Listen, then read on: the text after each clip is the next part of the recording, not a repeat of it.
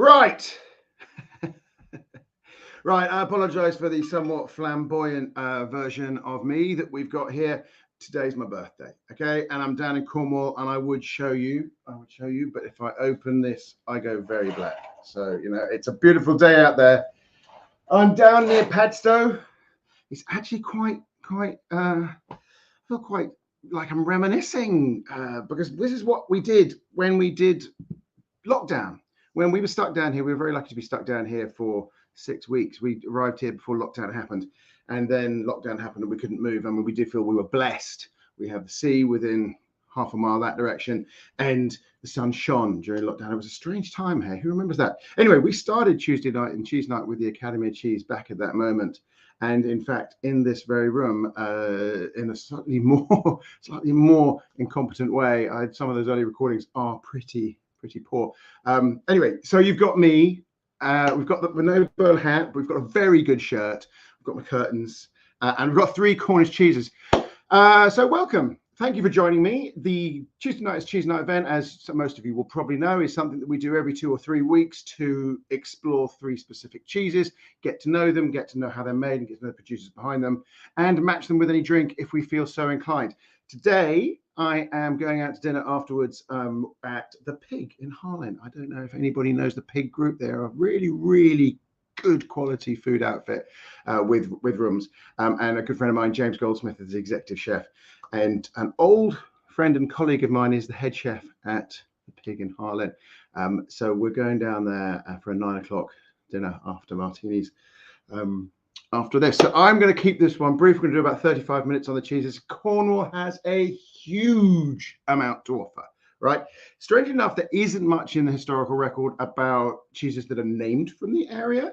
Lots of places like Cheshire, Lancashire, Wiltshire, Suffolk, these all had great cheeses that ended up being, you know, getting their way around the country into London onto the sort of big public sector contracts with the Navy and all that kind of stuff, which we saw through sort of 500 or 600 years of British cheese making.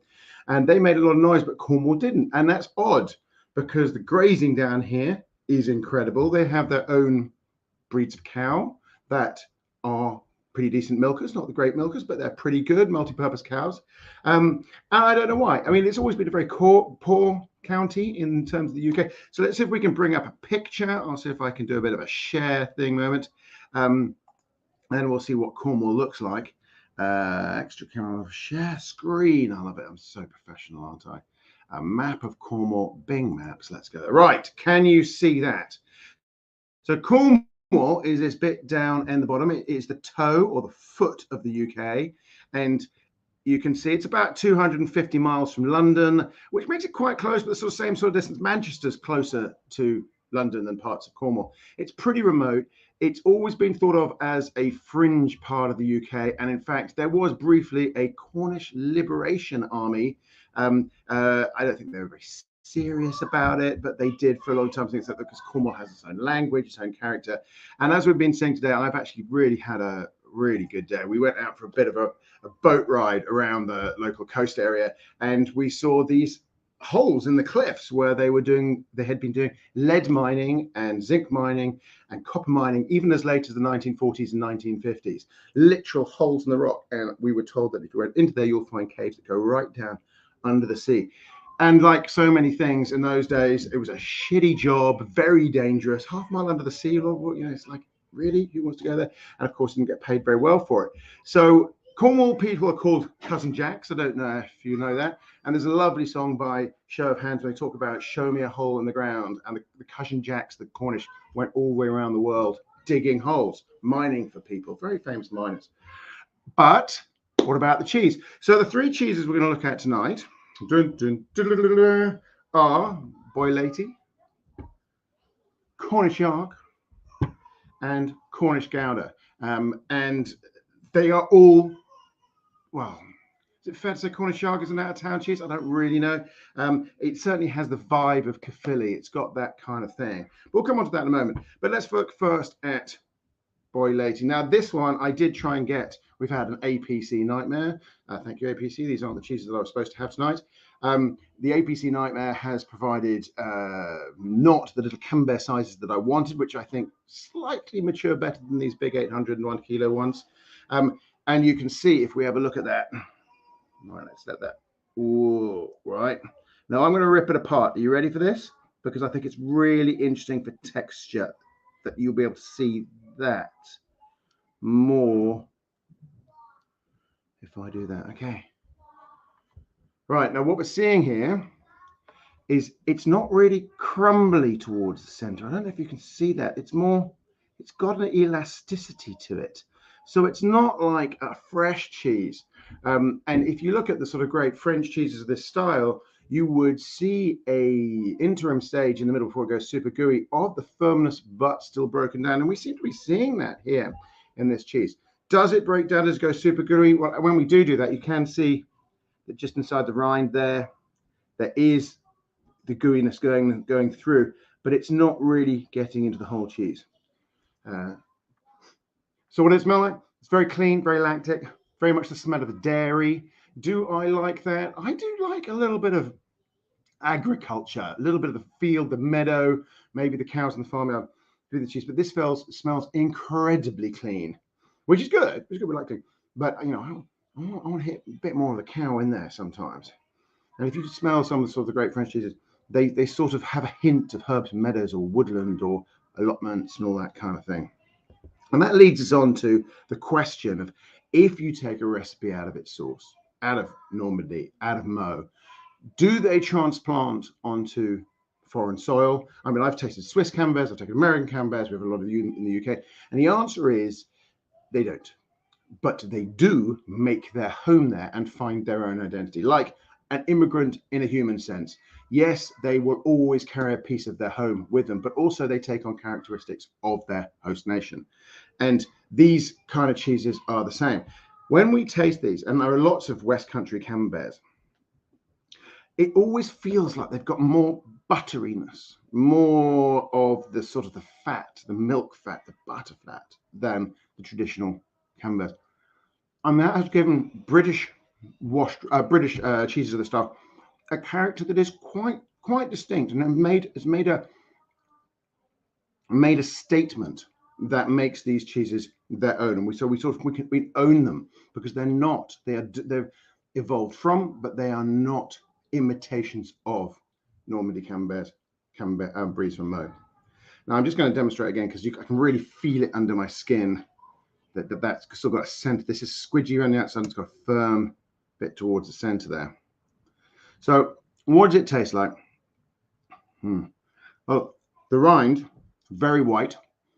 This one's a little bit young, so still very white, no blemish at all. So we're getting that smooth, very mushroomy, really nice uncooked mushroom. Not that sort of later butter mushroom, butter fried mushroom, but these are really young ones you've just picked in the field, which is really pleasant. And it gets into the teeth, but not in a stuck way, not in a dominant way, not in a way that holds on. So it's really light and fresh in that sense.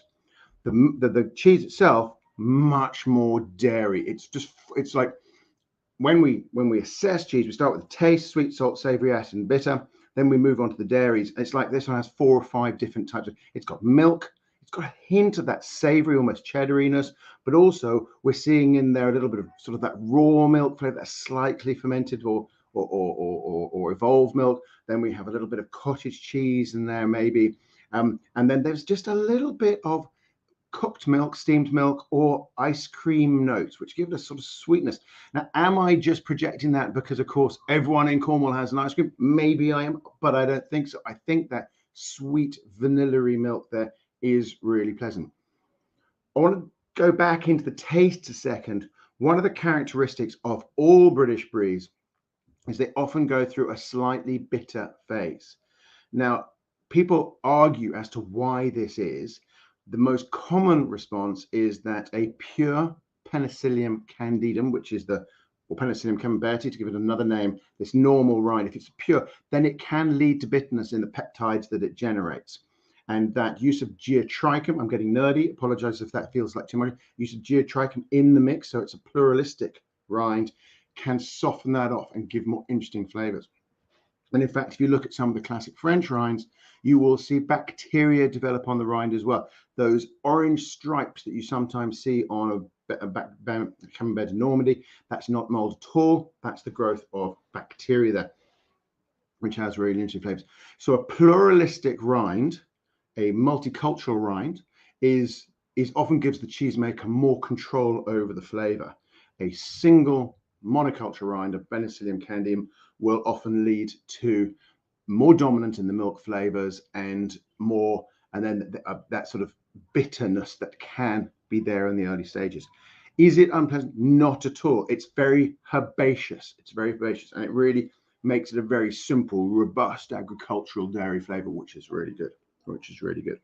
So who's it made by? Well, it's made by Martin Geil. He started making Curds and Croust, which goes back, I think, what are we in 2003? So 7-ish years. He is a sort of master cheesemaker and has come through Cornish Country Larder, which used to make St-Endellion, or still does make St-Endellion, which is a cheese I very much like. I'm going to contrast that in a second. That was taken over by Arla, and so he's got experience in the big boys, but he's clearly followed his love back to the small production. And Curds and Croust now has 3, possibly 4. I keep being told there's a 4th, but I can't find it. 3, which is Miss Wenham and the Truffler.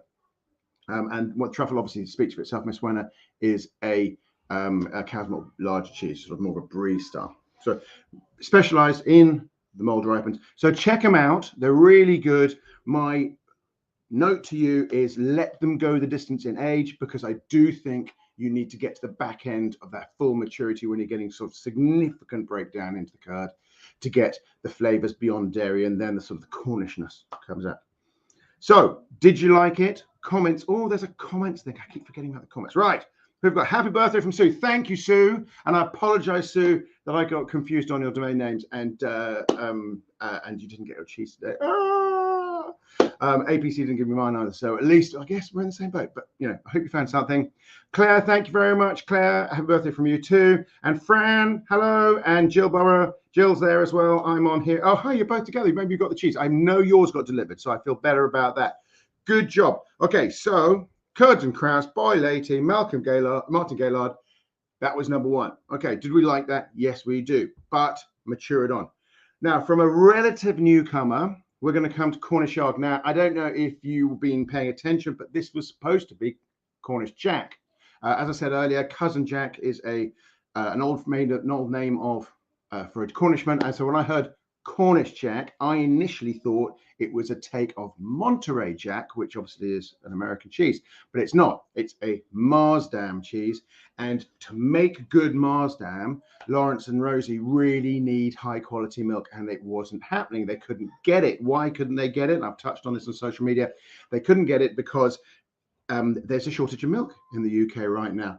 And that shortage has led to a lot of contracts with people like Arla. They're saying, look, we need, we made a deal with the farmers. We now need all your milk. And the farmer would go, yeah, but I used to give a little bit over there to my friendly little small cheesemaker. And they go, sorry, we kind of, that was the deal you made. We need to take it all.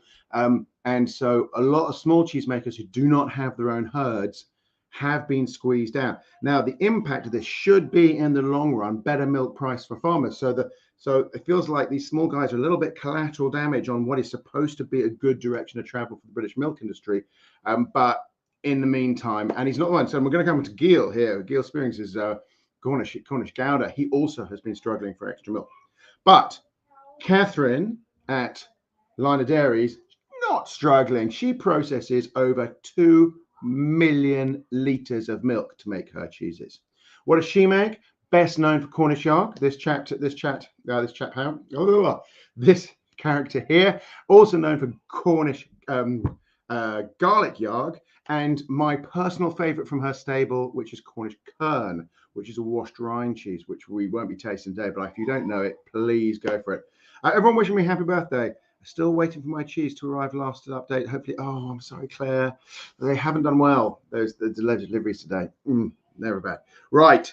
Where were we? Cornish Yarg. So what is the story of this cheese? Now, many of you in the know will know where the name come from, but for those who don't, I'm going to tell you anyway. So this recipe was discovered in the 1970s in a book between the rafters of an attic in Cornwall. by Mr. and Mrs. Gray, the farmers. And they made it. They wasn't given a name. So they made it up and they found that actually pretty cool cheese. So they decided to give it a name. And I don't know if you're going to work this out before me, but Grey Yarg, it's not what it implies, which is sort of some old Cornish Celtic name where they dress themselves up in skins and paint woad all over their face and go and sort of maraud in South Wales or something. It's just grey backwards. Yarg, grey. Who knew? Well, we now know. So Cornish Yarg, but it's great. It's just a brilliant name. It's a brilliant name. But I want to focus a bit on the rind. Now, many of you will know that it is nettle, right? Bog standard nettle.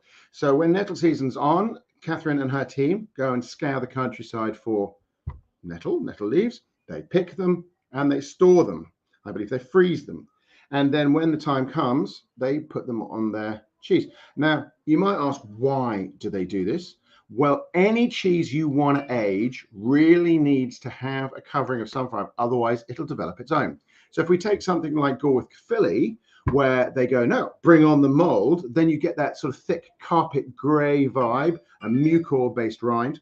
And that's great. It was a brilliant thing. But other people will go, no, I don't want that. I want a clean skin. So so in the West Country, sort of more east of here, they would have used cloth, cheddar cloth, that kind of thing. And even up in the north with the Lancashires and the Cheshires and the Wensleydales and that, they would also use cloth. Poor old Cornwall, or Cornwall the Poor, didn't have necessarily access to this. So using nettles was a local version of the same. So they went and got the nettles and go, well, why don't we wrap it in nettles? They make cloth, they make all sorts of cheeses wrapped in leaves. Let's give it a go.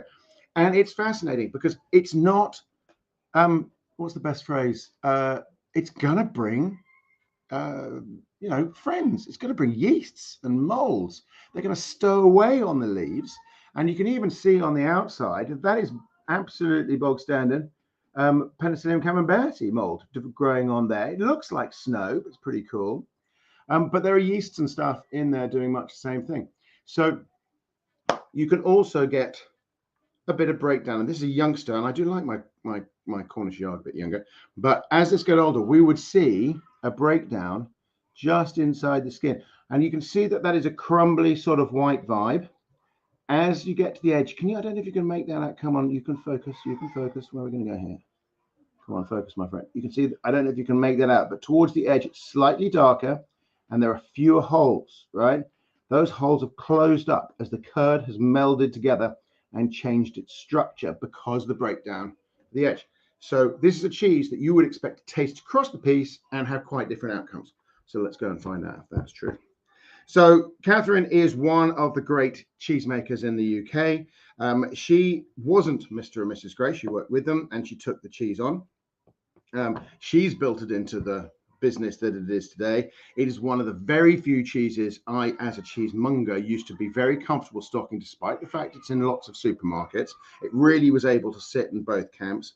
And because it has this difference in maturity, you can work with the cheese a bit, or you can buy it young or take it old, whatever. There was the opportunity for the cheesemonger to create their own sort of take on Cornish Yarg, which is very nice.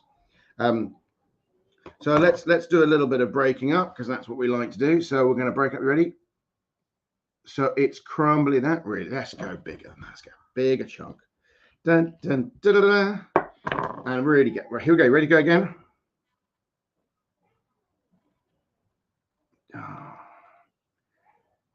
San Andreas fault. Here we go. So it breaks, and it's not crumbly per se. It's just like loosely structured curd that's been a bit pressed, but not fully pressed. So if I get a little bit and try and it goes squidgy before it crumbles. I can feel it from my fingers. It's like a It's not that would be bad. Some cheeses really love that, but it's not. You really want to massage it into place. And if I squeezed it, I would be able to make a ball of it. But it pushes back. It's springy. Right. Flavor-wise, we would expect this to be at a stable of that uniquely British style, which are the crumbly style cheeses. So it is a cousin to Caerphilly, to Lancashire, to Cheshire, to Wensleydale. But it is springy. Now, when you speak to Catherine, one of her big challenges, or the thing she has to actively manage, is the ratio of her Holstein Friesian, or mostly Friesian milk, to her Jersey milk, because she is so successful now. She has way more production than her own herds can manage. And so she's buying in milk from different farmers. And a lot of those farmers will have Jersey running through their herds. And if she has too much Jersey, the flavor profile shifts. She doesn't always have control of that. She wants the long-term relationship with her farmers, and that Jerseyness sneaks in on some months more than others. And that pushes her cheese in terms of texture and flavor in a slightly different direction. So that's like actively managed. I used to think of it when I talked to her, when she was describing it to me. We were in a cafe on our way to judge in northern Spain. We were stuck in an airport somewhere, and she was talking about it. It just made it sound like the way those people talk about managing power in the national grid. They had to keep the needle between the line to make sure that the power and supply were constantly in balance. And that's what she has. So I found that really interesting, that we think of milk as having character, but if you've got blended milks, then you need to keep the blend within certain tolerances. So what is it about Cornish yogurt that is so successful in flavor? I think for me, it's about the fact that it is accessible, but also giving, right? So it sits there in your mouth with, and it's got creaminess, it's quite a significant sharpness. If you ever wonder what sharpness is, to see how these cheese, watch your saliva glands and see how much they pool underneath your tongue. And if you find that saliva begins to pool under your tongue, it means that saliva is really kicking off. It means you've got acid in the mouth. And you do get that. And it's a real tang. It's a real sharpness in the traditional sense. But it's like I hesitate to use the word because it sounds sweet, but like almost like a sherbety sharpness that sits there. It really makes you sit up and pay attention to the cheese, which is a nice thing to happen. It's also like the Laity, it's heavy on dairy flavors. It's heavy on dairy flavors. You do your sweet, you're getting your sweetness, you're getting your savoriness, you're getting your acid. There's no bitterness there, at least not in the one I've got in front of me. And the saltiness feels completely imbalanced. In fact, you feel you could possibly add a little salt to this and it would still taste good. If you were to make a cheese sandwich, a cheese toaster, you might even salt this. So that's relatively low.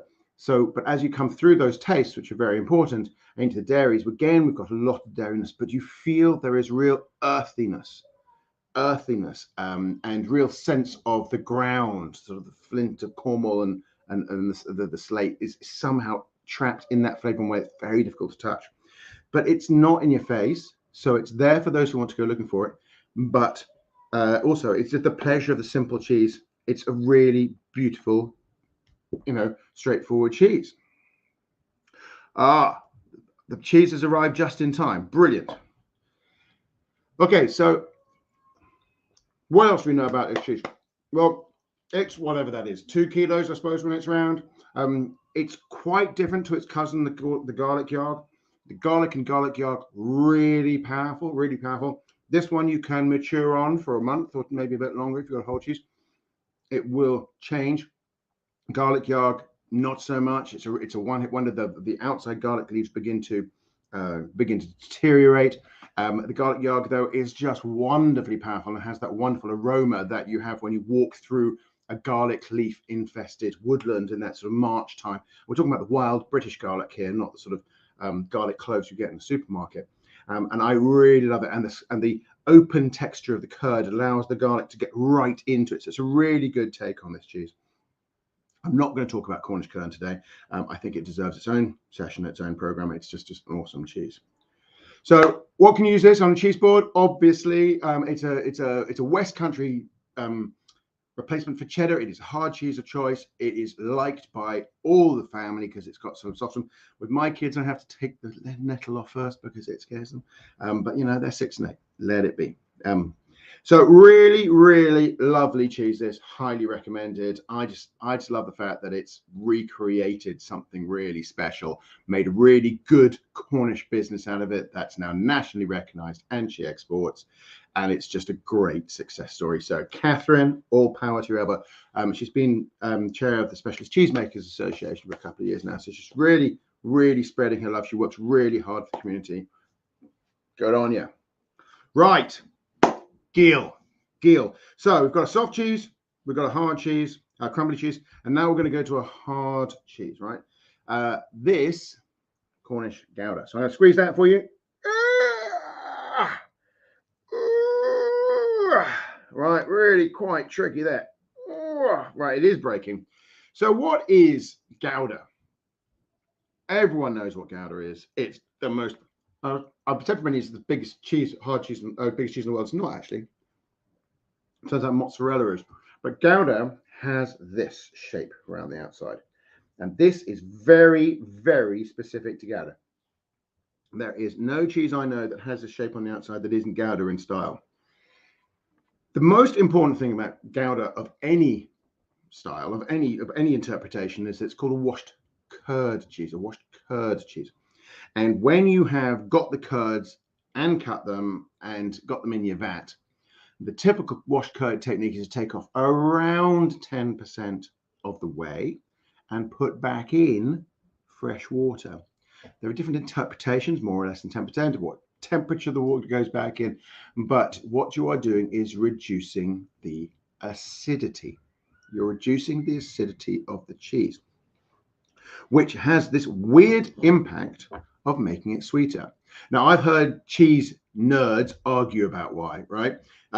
They will tell you that the taking away acidity allows the sweetness to come forward, and the balance of acidity and sweetness is something that gives both of them, the mutes both. And if you take the acidity away, then the sweetness just rises. I hear that. It's good story. And I do sort of think there might be something in that. But a much more persuasive answer is that the presence of, or rather the absence of acidity allows a different metabolic process to come through. And what we see is a breakdown of the amino acids into the same sweet amino acids. Sorry, the breakdown of proteins into the same sweet amino acids that we see represented in Gruyères and Emmentaler, where the sweetness naturally gets re-brought in, not as sugar, recreated in later stage as the enzymes break the proteins and the peptides down into these, as I say, sweet amino acids. That's what I think what's going on here. But it's not just that. It's a particular type of sweetness. It is fudge, caramel, toffee, condensed milk, all that kind of sweetness. Very, very, very clear. And sweetness can often be the most powerful in these washed curd cheeses. The other thing about Goudas is you tend to have this very robust rind. Let's see if I can peel it off. It's a plastic coat. You'll have seen me do this before. All right. Plastic coat is widely used. Some people say you shouldn't put plastic on cheese. Well, I don't care. Makes swear word great cheese. Okay. Lincolnshire poach use it. But many manchegos use it. It's just a thing. And if you're telling me I can't do it, that crosses out all Goudas. Like, just chili boots, man. There's modern technology is here to stay. So let it be. Let it be. It's like people who talk about corks in bottles. Yes, we love the theatre of the cork, but if you want the wine to taste better and last longer and all that kind of stuff, then maybe we're allowed to move on. Anyway, so here we go.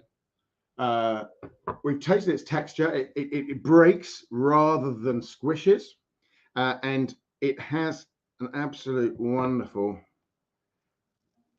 I don't know, I just like that. And that might look to you a bit like the Cornish Yard did, but I promise you that's just so much harder.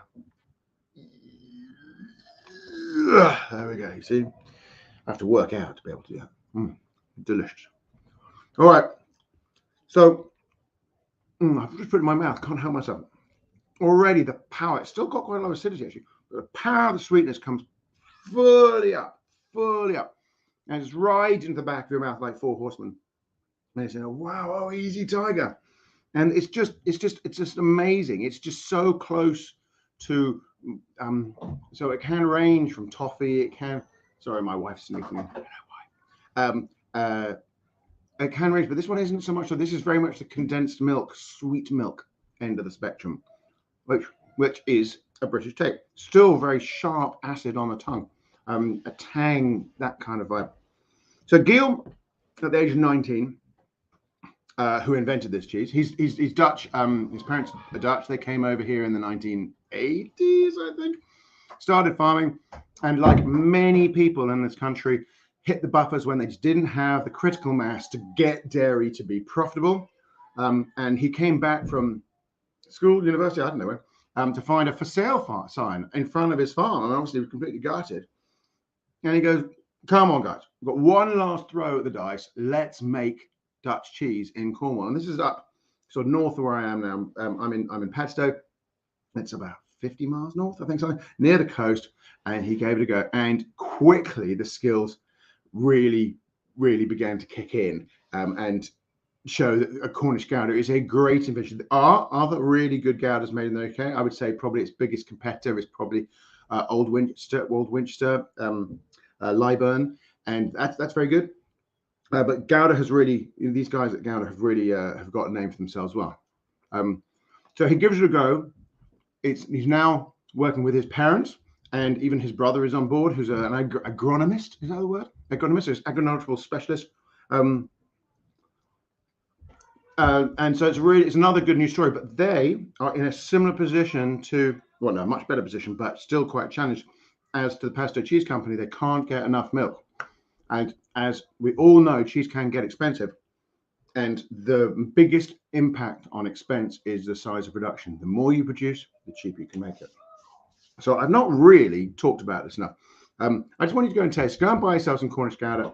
It's a sharp, it's almost like a dessert wine. It's got a real sweet intensity and aromaticness that comes up through the top of the nose and makes you weep under the eyes, and good cheese stuff. Right, I've got some questions. Why are some cheeses more quaffable? Life of the power of food. One cheese is more quaffable than others. Eat Gouda richer.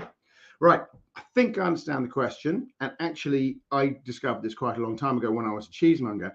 Some cheeses you just want a shaving off because the intensity is there, and other cheeses that you feel that you can just go back to again and again and again. You just, like, you know, when your partner is making something with grated cheese and you just nick some all the time. Gouda does, as been said here, really fall into this little category of at age. We should talk about age. At age, it becomes a very intense flavor profile. And all you want is a little bit, and you want to slow down and have shavings, or even, you know, just let a little bit melt on your tongue. And there's some really good Dutch Goudas. One of my favorite ones comes out of the Fine Cheese Company. There's a VSOP Gouda there, and you just can't put it in a sandwich. It doesn't make sense. The flavor just bursts out in the wrong ways, and if you put so little as to sort of make it imbalanced, and the cheese is so thin, your sandwich it's just wrong. It becomes an accent to food. It becomes an accent. It's something you want to graze or have in only very small quantities with a good glass or something, and then you're just going intense pleasure, intense pleasure, intense pleasure. Those great cheese. Why? I suppose is the question. It's because the power of taste is accelerating. Now this, when your cheese is a Gouda at 3 to 6 months is dull, flabby, boring, right? There's nothing going on. There's not even a hint that in 12 months' time, you could be moving into that intense program. With that low acid, high energy starters, you can get flavors out of things like sherry, chocolate, a whole sort of white wines. You get some raisins. Goudas are specifically flavor ovens for what I think of as the processed flavors. And I don't mean processed as in a factory processed. I mean like dried raisins, when you've got flavors that where you naturally preserve them on and they become very concentrated and very intense, like chocolate, that kind of thing, and coffee flavors, and those really big teas can start to appear. That kind of intensity, just Goudas are a magic wand for. And those late sort of 3rd, 6 month tranche ones, they're just too much. They make you sit back, and it means you have to take it very slowly. It's like if it was a novel, it's not like you have to reread the paragraph 2 or 3 times, because it's like, I need to concentrate here. My wife, fortunately, is making very little noise, as you can't hear. She'd like some cheese as well. She'd like some cheese. Okay, well, there's a bit of a mess here. Why don't you just take a chunk of that? There you go. Thank you, darling. She's been very nice to me today because it's my birthday. So the answer is so the answer to the question is that at age, the flavor production gets on a roll and it stuns or stalls your ability to process it, and you just have to stop and take it more slowly. It doesn't sound very scientific, but I promise you I can demo it for you. Whereas the younger cheeses, they're all mouth-oriented, taste-oriented, sweet, salt, savory, where your instinct, your 2,000 years of evolution is just is just sitting there going, I want more sweet, I want more savory, I want more salt. Just that there is no off switch to those. So those bring it on. So I've explained that terribly badly because I'm waffling now. Right. Thank you very much. 3 cheeses. I'm not tasting anything tonight. I had intention to get Padstow beer, which is a really nice brewery in Padstow. They have some nice range things. But to be absolutely honest, I'm keeping myself sober enough for the martinis that we're going to be having later in the day. So I hope that I have shown you that the range in Cornwall is really to play for. Fran Lou says hello back. That is really to play for. Come and explore. It's a bit like Ireland, actually, in that there was a huge history of small part cheese making that never got on to roll into sort of big name cheeses, but the history and the dairy is there, and the love of dairy products is still huge down here. And it's really producing some really successful businesses, which is great. So come down, come to Cornwall, try it out, learn the cheeses, enjoy what we want. In terms of wanting to taste more with Charlie T, please do take my courses. It's your way of supporting me, but to be absolutely honest, you get much more out of it than I do. And you can do it on Zoom with me, or you can do it through my pre-recorded courses. Clauses? It's a course. It's the cheese course. Come on, the cheese course. And I hope that you find a lovely, lovely evening and a day to spend the rest of your cheese eating day and week off. I will see you in the 1st of August. We're going to Ireland. We're going to pick out 2 classic Irish wash drying cheeses, and Young Buck, which is from Northern Ireland, which I've never tasted before, but people are increasingly talking about as a really great cheese. He's come a long way in taking a cheese that was very unreliable into a real staple of Northern Ireland cuisine. So it's brilliant. So enjoy the rest of your evening. Play in the sunshine. Have a beautiful day, and think of me as I am thoroughly enjoying the good food of the pig. Happy birthday to you all.